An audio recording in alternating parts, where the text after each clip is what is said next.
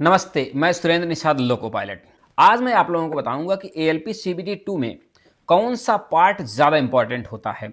जैसे part A, part B या फिर जब लास्ट में साइको होता है, वह कौन से पार्ट पर आपको ज़्यादा फोकस करना चाहिए जिससे आपका सिलेक्शन आसानी से हो सके। काफ़ी लड़के कंफ्यूज हो जाते हैं, यहाँ तक ये भी नहीं समझ पाते हैं कि इसमें माइनस मार्किंग होती है, किस में नहीं होती है, किस में ज़्यादा नंबर लाना चाहिए, किस में कम नंबर लाना चाहिए, किस पर ज़्यादा फोकस करना चाहिए।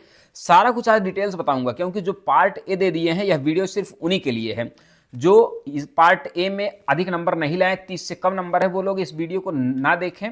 या फिर यदि आप अगली बार के लिए देख सकते हैं, समझने के लिए देख सकते हैं कि आप लोगों को कैसे पार्ट बी में और साइको में किस प्रकार से मैनेजमेंट बनाना है, किस पर ज़्यादा नंबर लाना है, किस में सिर्फ एवरेज नंबर लाने हैं।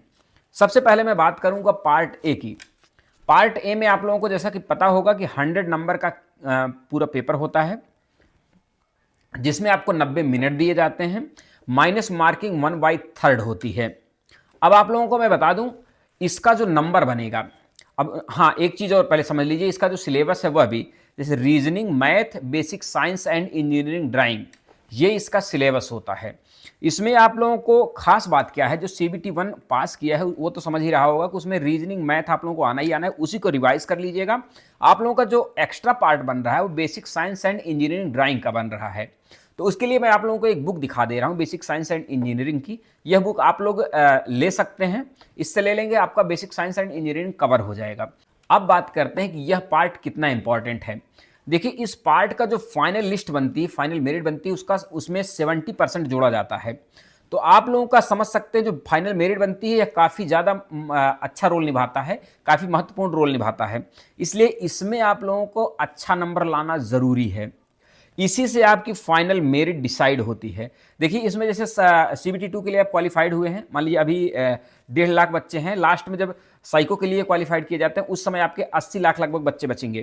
तो आप लोग ये समझ सकते हैं कि सीबीटी 2 को क्वालिफाइड करना इतना कठिन नहीं है, लेकिन इसका मेरिट बहुत इंपॉर्टेंट है, मेरिट में आना।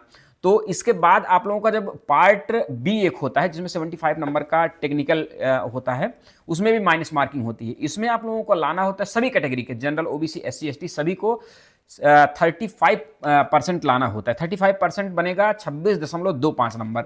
इतना आप नंबर लाएंगे तभी आपका उसका मतलब होगा जो पार्ट ए का नंबर लाएंगे। यदि इससे कम आप ला रहे हैं तो आप किसी काम के नहीं, चाहे 100 में 100 नंबर ला लीजिए, किसी काम का नहीं। इसलिए आप समझ सकते हैं जो पार्ट बी वो क्वालिफाइंग मार्क है, इसको तो क्वालिफाइड करना जरूरी है। साथ ही आप लोगों को पार्ट ए जो है उसमें अच्छा स्कोर करना जरूरी है, तभी आप फाइनल लिस्ट में आ पाएंगे।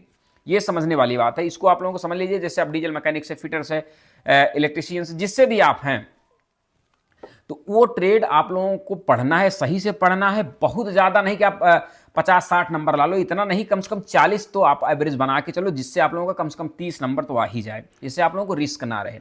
ये हो गया पार्ट ए और पार्ट बी। अब आप आते हैं साइको पे। साइको के लिए आपको 8 गुना क्वालिफाइड किया जाता है।